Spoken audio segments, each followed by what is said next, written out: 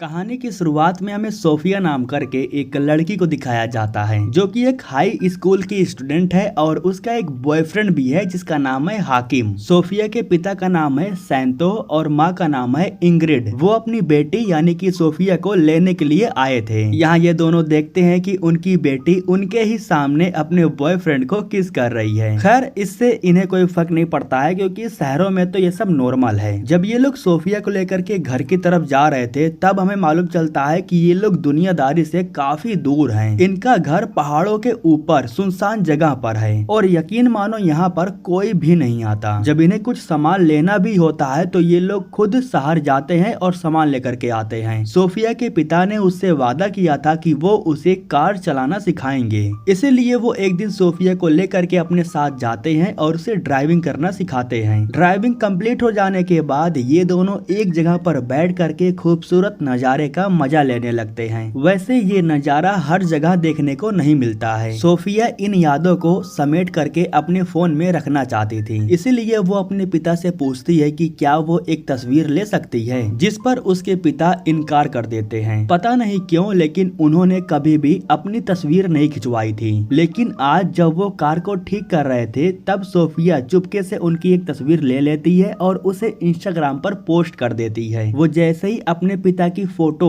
Social media पर upload करती है तभी उसका फेस रिकॉग्नाइज होता है और इस तरीके से सैंतो के बारे में उन लोगों को मालूम चल जाता है जो लोग उसे ढूंढ रहे थे। वैसे ये लोग कई सालों से सैंतो को ढूंढ रहे थे, लेकिन आज इन्हें मालूम चल गया कि उसकी लोकेशन कहां पर है। ये लोग कौन है और सैंतो को क्यों ढूंढ रहे हैं ये तो हमें कहानी में आगे पता चलेगा। सीन शिफ्ट होता है और हमें सैंतो को दिखाया जाता है जो लकड़ी कटिंग का काम कर रहा था। उसके साथ में उसका दोस्त भी था जिसका नाम है पैट्रिक। वो भी सैंतो के साथ में ही काम करता है। सैंतो उससे कहता है कि मेरी बेटी प्रैक्टिस करने के लिए गई थी, मैं यहाँ पर काम कर रहा हूँ, तुम उसे जाओ घर पर ड्रॉप कराओ। जिसके बाद पैट्रिक उसकी बेटी यानी कि सोफिया को ले जाकर के घर पर ड्रॉप करता है। घर पहुँचने के बाद सोफिया कपड़ों को भिगोने के लिए ऊपर चली जाती है और इधर जो पैट्रिक था वो इंग्रिड के साथ बैठ करके कॉफी पीने लगता है। ठीक उसी वक्त घर के अंदर दो लोग आते हैं जो इंग्रिड पर हमला कर देते हैं। जब पैट्रिक को मालूम चला तो वो इन्हें रोकने के लिए जाता है, लेकिन ये लोग पैट्रिक पर भी हमला कर देते हैं और उसे तब तक मारते हैं जब तक उसकी मौत नहीं हो जाती। चिल्लाने की आवाज सुन करके सोफिया नीचे आने वाली थी, लेकिन तभी वो सीढ़ियों पर से देख लेती है कि कुछ लोग उसकी माँ को मार रहे हैं। जो लोग सोफिया की माँ को मार रहे थे वे लोग भी सोफिया को देख लेते हैं और उसका पीछा करते हैं, लेकिन ये लोग सोफिया को पकड़ नहीं पाते हैं क्योंकि वो ऊपर से जंप करके यहाँ से भाग जाती है। वो भाग करके जंगलों की तरफ चली जाती है। एक का नाम था रूडी और दूसरे का नाम था मरीनो। ये दोनों सैंतो के परिवार को खत्म करने के लिए आए थे, लेकिन बेटी को नहीं मार पाते, ऐसा सिर्फ इन दोनों को लग रहा था। ये लोग सैंतो को भी मारने के लिए आए थे, लेकिन इन्हें नहीं पता था कि जिस इंसान को इन्होंने मारा है वो सैंतो नहीं है। काम खत्म कर लेने के बाद जब घर पर सैंतो आकर के पहुंचता है तब उसे मालूम चलता है कि कोई घर पर आया था जो उसकी बीवी और दोस्त को मार चुका है। कुछ समय के बाद सोफिया भी वापस घर लौट करके आती है, लेकिन घर के अंदर जाने से पहले सैंतो उसे रोक देता है। उसे वो घर के अंदर नहीं जाने देता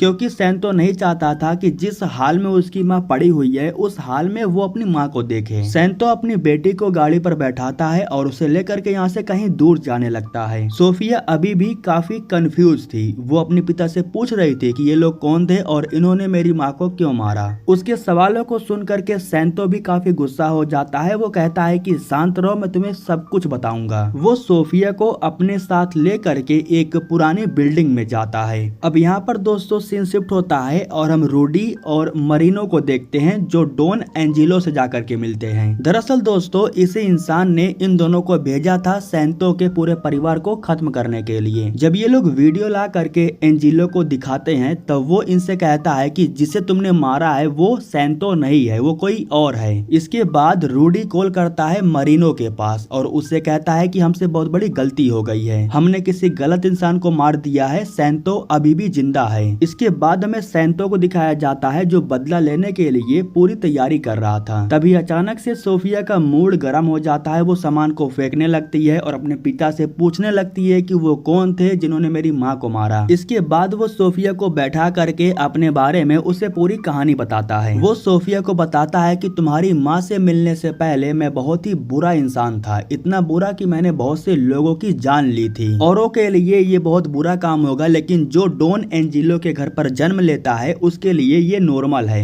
मैं डॉन एंजिलो का बेटा हूँ जो पेरिस का माफिया है, पेरिस की पूरी गैंग को वही संभालता है। हमारा काम यही है, हम अपने फायदे के लिए कई परिवारों को तबाह कर देते हैं। तुम्हारी माँ से मिलने के बाद मैंने डिसाइड किया कि मैं ये सब कुछ छोड़ दूंगा और एक नई शुरुआत करूंगा। मैं तुम्हारी माँ के साथ बहुत दूर चला गया और एक नई जिंदगी की शुरुआत किया। पूरे 10 साल हो चुके हैं, मुझे लगा कि ये लोग हमें ढूंढ नहीं पाएंगे। तभी सोफिया को एहसास होता है कि उसकी गलती की वजह से उसकी माँ मारी गई। अगर वो अपने पिता की फोटो क्लिक करके अपलोड नहीं की होती तो आज उसकी माँ जिंदा होती। खैर दोस्तों, इसके बाद सैंतो कुछ गन वगैरह लेता है और अपनी बेटी से कहता है कि यहीं पर रहना, मैं कुछ समय के बाद यहीं पर आऊंगा। इतना कहने के बाद वो अपनी बेटी को एक फोन भी देता है और कहता है कि किसी के पास कॉल मत करना, जब मैं कॉल करूंगा तभी उठाना। इसके बाद वो अपनी बेटी को यहीं पर छोड़ करके कहीं पर चला जाता है। सोफिया को समझ में नहीं आ रहा था कि आखिर वो क्या करे और उसे यहाँ पर डर भी लग रहा था। उसे अभी भी अपने पिता पर यकीन नहीं हो रहा था। फोन के जरिए वो अपने बॉयफ्रेंड यानी कि हाकिम के पास कॉल करती है और उसे इस जगह का एड्रेस दे देती है। हाकिम उससे कहता है कि पुलिस तुम्हें ढूंढ रही है, तुम कहाँ पर हो, तुम वहीं पर रहना, मैं तुम्हें लेने के लिए आ रहा हूँ। इन्हें नहीं पता था, लेकिन जब ये दोनों बातें कर रहे थे तो इस दौरान इनकी लोकेशन को ट्रैक कर लिया जाता है।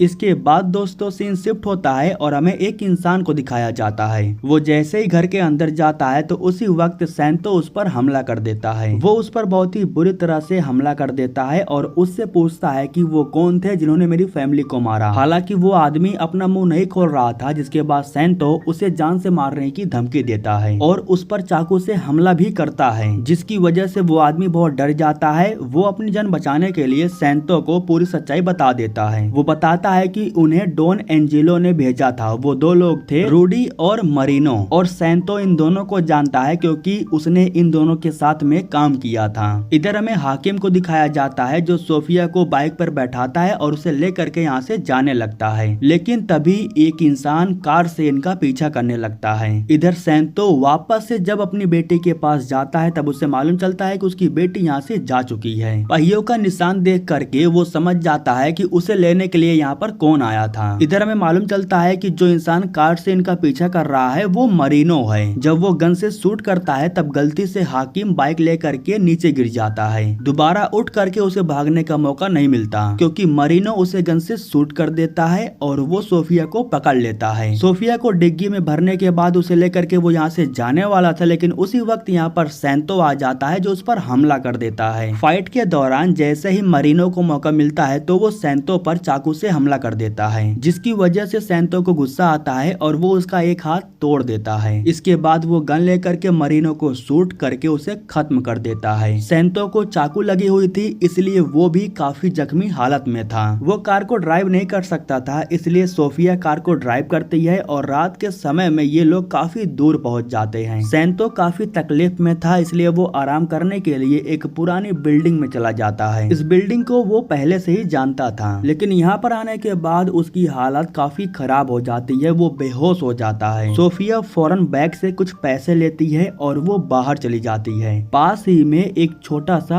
अस्पताल था जिसके पास वो जाती है और पैसे देने के बाद इन्हें बताती है कि मेरे पिता की जान खतरे में है। हालांकि पैसा देने से पहले इन लोगों ने इनकार कर दिया था, लेकिन पैसों के सामने तो पूरी दुनिया झुकती है, तो फिर ये लोग किस खेत की मूली थे। पैसे लेने के बाद ये लोग चुपचाप सैंतो का इलाज करने के लिए तैयार हो जाते हैं। उसे उठा करके ये लोग अपने अस्पताल में लेकर के आते हैं और उसका इलाज करते हैं। रात भर तो वो आराम करता है, लेकिन सुबह तक बिल्कुल ठीक हो जाता है। इधर हमें डॉन एंजिलो के एक आदमी को दिखाया जाता है जो सीसीटीवी कैमरे के जरिए पता कर लेता है कि सोफिया अपने पिता के साथ कहां पर है। जिसके बाद रूडी अपने एक आदमी के साथ सैंतो को खत्म करने के लिए उस अस्पताल में जाता है। अस्पताल के अंदर सैंतो अकेला था क्योंकि बाहर के साइड में सोफिया किसी का कार चुराने आई थी। रूडी जब अंदर जाता है तब उसे सैंतो कहीं दिखाई नहीं देता, लेकिन तभी रूडी को एहसास होता है कि सैंतो उसके पीछे से भाग रहा है। जिसके बाद रूडी फौरन उसका पीछा करने लगता है। वो जैसे ही ऊपर जाता है तभी सैंतो पीछे से उस पर हमला कर देता है। इन दोनों के बीच में फाइट होने लगती है और जो रूडी था वो गलती से सीढ़ियों पर गिर जाता है। सैंतो उसे गन से शूट तो करता है, लेकिन वो बच करके निकल जाता है। इसके बाद हमें बाहर के साइड साइड में सोफिया को दिखाया जाता है जो एक कार चुरा करके लेके आती है, लेकिन तभी अचानक से उसके सामने वो इंसान आ जाता है जो रूडी के साथ में था।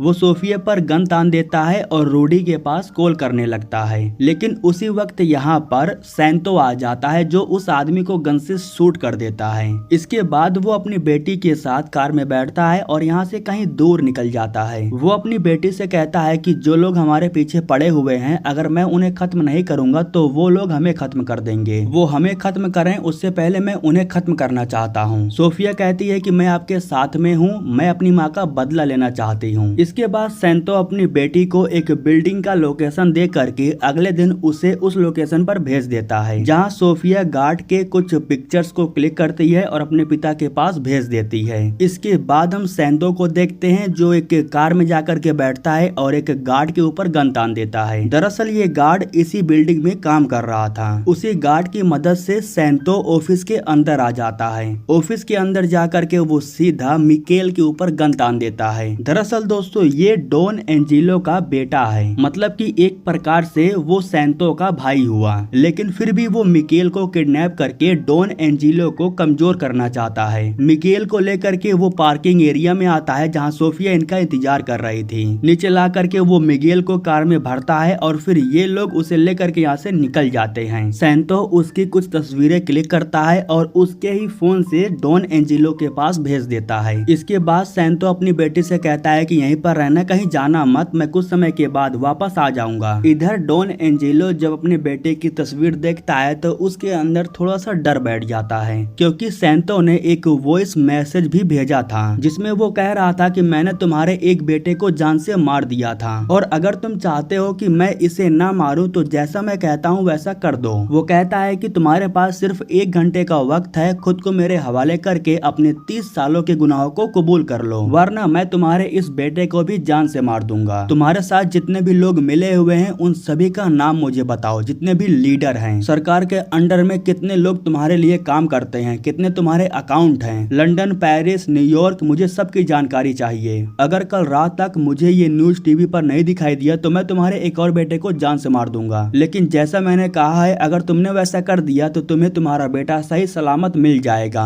अभी भी एंजिलो के पास वक्त था, वो माफी मांग सकता था, लेकिन वो ऐसा नहीं करता। वो फिर से अपने आदमी के जरिए उनकी लोकेशन को ट्रैक कर लेता है। फोटो भेजने के लिए मिगेल का फोन चालू किया गया था और उसी की वजह से ये लोग लास्ट लोकेशन ट्रैक कर लेते हैं। इन्हें मालूम चल जाता है कि वो एक खाली पड़ा रेलवे यार्ड में है। जिसके बाद रूडी रात के समय में ही अपने ढेर सारे आदमियों को लेकर के उस लोकेशन पर पहुंच जाता है, लेकिन सैंतो को इनकी होशियारी के बारे में पहले से ही पता था, इसलिए वो गन और हथियारों के साथ यहाँ बैठ करके इनका इंतजार कर रहा था। वो कई सारे लोगों को गन से शूट करके उन्हें मार गिराता है और आखिरी में वो एक धमाका करता है जिसमें बचे हुए लोग भी मारे जाते हैं। रूडी अभी भी बचा हुआ था, वो नहीं मरता बल्कि वो गन लेकर के सैंतो को ढूंढने लगता है। तभी पीछे से सैंतो उस पर हमला कर देता है। उसे पता था कि उसकी बीवी को इसी ने मारा है, इसलिए वो एक झटके में उसके गले को काट देता है। यहाँ से बाहर निकलने के बाद सैंतो अपनी बेटी के पास आखिरी बार कॉल करता है और अपनी बेटी से कहता है कि मुझे माफ कर देना, मेरा प्लान फेल हो चुका है, तुम्हारी सलामती के लिए मुझे इस काम को पूरा करना होगा। दरअसल दोस्तों वो अपनी बेटी से ऐसी बातें इसलिए कर रहा था क्योंकि वो सीधा डॉन एंजिलो के विला में घुसने जा रहा था। उसके कुछ गार्ड्स को खत्म करने के बाद वो सीधा डॉन एंजिलो के पास अंदर जाता है और उससे कहता है कि मैंने तुम्हें एक मौका दिया था। इतना कहने के बाद उसके गले को दबा करके वो उसे जान से मार देता है। सैंतो को पहले ही पता था कि वो यहाँ से जिंदा बाहर नहीं निकल सकता है क्योंकि कई सालों से फोर्स उसकी तलाश कर रही थी।